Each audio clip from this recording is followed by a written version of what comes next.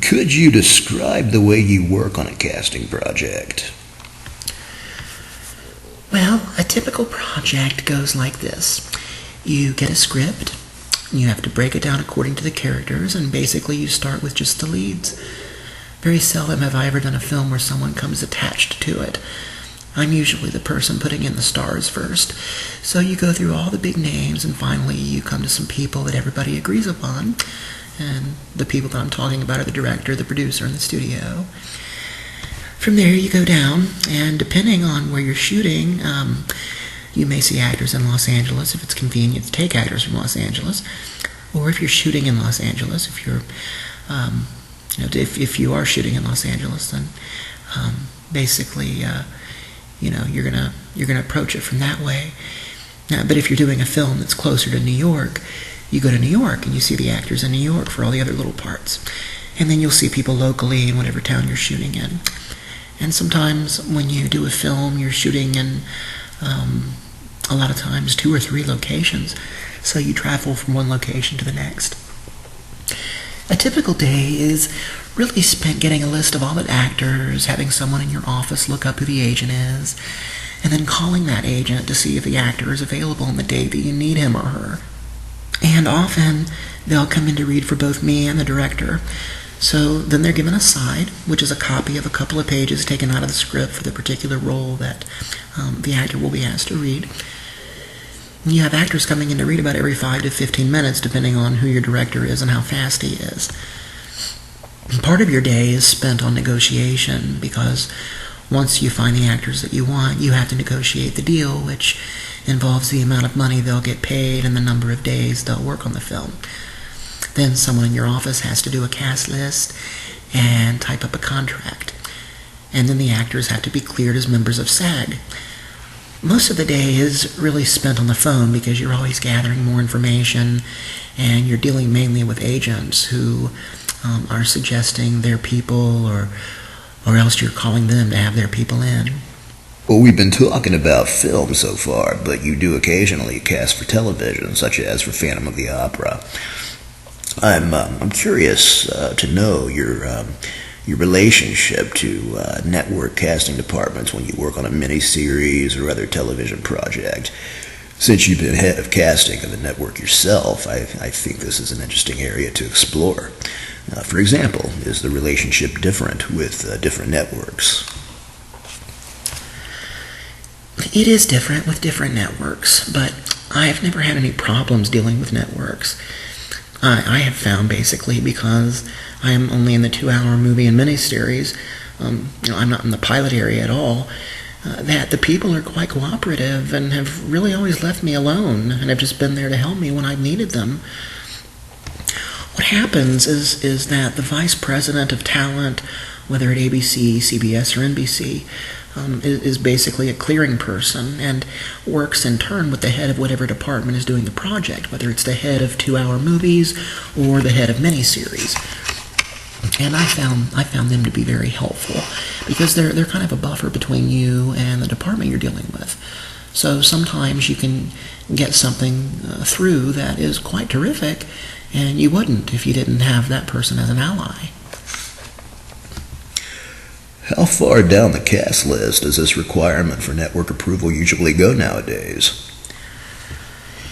In a miniseries, say in Phantom of the Opera, it was basically the 4 leads, which included the Phantom, who was Charles Dance, and the father of the Phantom, who was Burt Lancaster. And interestingly enough, the role of Christina, the lead, who is a totally unknown girl, while they had approval, she's not a name. And the young boy, the 4th lead, is also not a name. So it doesn't always mean you're going with names just because they have approval. It just means that on a part like that of the young girl, I often bring several people to read at the network. But we didn't even do that. We brought one person, and that's the person we wanted. And she got approved, and that was it. How many people did you see before you arrived at her as your choice? Actually, I didn't see all that many people, but I did see them in many different places. I saw them in London, I saw them in LA, and I saw them in New York, but in each place I was basically there for only one day. I saw people in the morning, and had callbacks in the afternoon, and then basically moved on. Were you mostly dealing with submissions from agents? Actually, a manager had sent me the picture of the girl we ended up casting. He didn't even call me, he just sent me the picture. And I knew who the manager was, and I just decided that I'd meet this person when I went to New York. When you met her, did you see right away that this was possible? I mean, what was the process of her getting the part? Well, we were only there for a day, so we saw people every 5 minutes from 10 to noon. We called back 4 girls. At 2:30, this girl was going on a plane that evening to Los Angeles. That's how fast it was. And the truth is that when she came on the plane to Los Angeles, she had to come totally prepared to go to Paris for 10 weeks if she got the part. Well, what had she done? Did she have any credits at all? She had done a small part on a series, and that was really it. And she'd been a ballerina, trained as a dancer. And you got her through a manager. Did she also have an agent? Yes, she did. But it was just that this manager knew me, and he sent me the picture. If I'd gone to New York and called this agent, maybe I would have seen her also. But that came so early on that I'll never really know. Because the minute I saw the picture, I just said, I want to meet her. Well, in general, is it useful for an actor starting out to have a manager as well as an agent?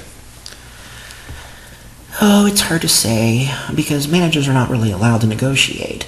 They're not allowed to solicit employment, so it has to happen in conjunction with an agent. A manager can give more time today than an agent in a big agency, because sometimes the agents are so busy, they have so many people, that a person, especially a young person, doesn't get as much attention as he or she would like to have. So sometimes it's helpful, but I don't deal with that many managers. This was a very fluky situation. How important is it for an actor to have a powerful agent in order to get to see you? Well, it depends what your definition of powerful is. To see me, actually, I don't think you need to have a powerful agent, because I'm very open-minded, and I do so many projects that are for young actors that I don't really meet people just because of their agents. I tend to see a lot of people, and I don't even have to like the agent to see some of their people. I don't believe in that either. You know, if I'm doing a young project, I try to meet everyone that I don't know. If I'm doing an absolute lead in a film and a person's got to carry a film and they've never done anything, then chances are that I'm not going to see them for the lead in that film. But if they've done some theater and maybe one television thing and I look at their picture and I think they're right, then I will meet them. So is there any chance at all for an actor who doesn't have an agent? Oh, sure. I think it's harder for them because I think they have to call you a lot. They have to be very persistent. There are some people that will never see that person, but every so often you'll get that one person that will give you a shot. And I think those people should really contact people who cast episodic television rather than people who do miniseries or 2-hour movies, because if you're casting episodic television, your job is so hard. You can't find anyone to play those parts. No one wants to do them. And so what happens is that you're thrilled to meet anybody, because if they can do small parts and they're just starting out, even if they're older but just starting, you have somebody new to use on your shows. Most episodic casting directors are pretty good about meeting people because they need the actor as much as the actor needs them. All right, well, let's talk about the kind of theater you might go to when you're trying to get to know new actors. Do you go to equity waiver productions or showcases? What would it be? I will go to a play that's equity, non-equity, equity waiver, or whatever. I will not attend a showcase where the actors have to pay to be seen. I think that most of the time a showcase is a little unfair to actors. It's much better to be in a play as opposed to a short scene. I don't see scenes in my office. I prefer going to see a small theater play in which a group of actors have gotten together and rented a theater for a couple of nights. All right, what impresses you in a picture or on a resume? To tell you the truth, I very seldom look at a resume because resumes are not always true. Usually I just look at a picture. And if I think there's a quality that's right for what I'm doing at that moment, then I'll bring the person in. And sometimes they'll come in and they look totally different from the picture I have. And I wish people would try to take a more realistic picture of themselves rather than a glamorous or artsy picture. It's nice to have a natural picture, because then when you come in, the people you're meeting are really seeing the person they thought they were going to see. Some people don't photograph well, so you can have a very interesting person who doesn't have a very good picture. A still camera and a camera used for film are very different from one another, and sometimes you can look really good on film and not so good with a still. How important would you say is it to memorize the sides?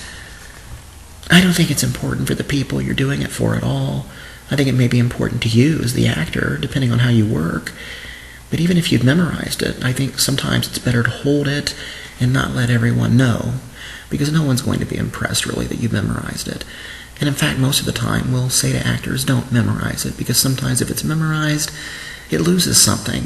Sometimes doing it cold is better. All right, let's talk a little bit about non-traditional casting.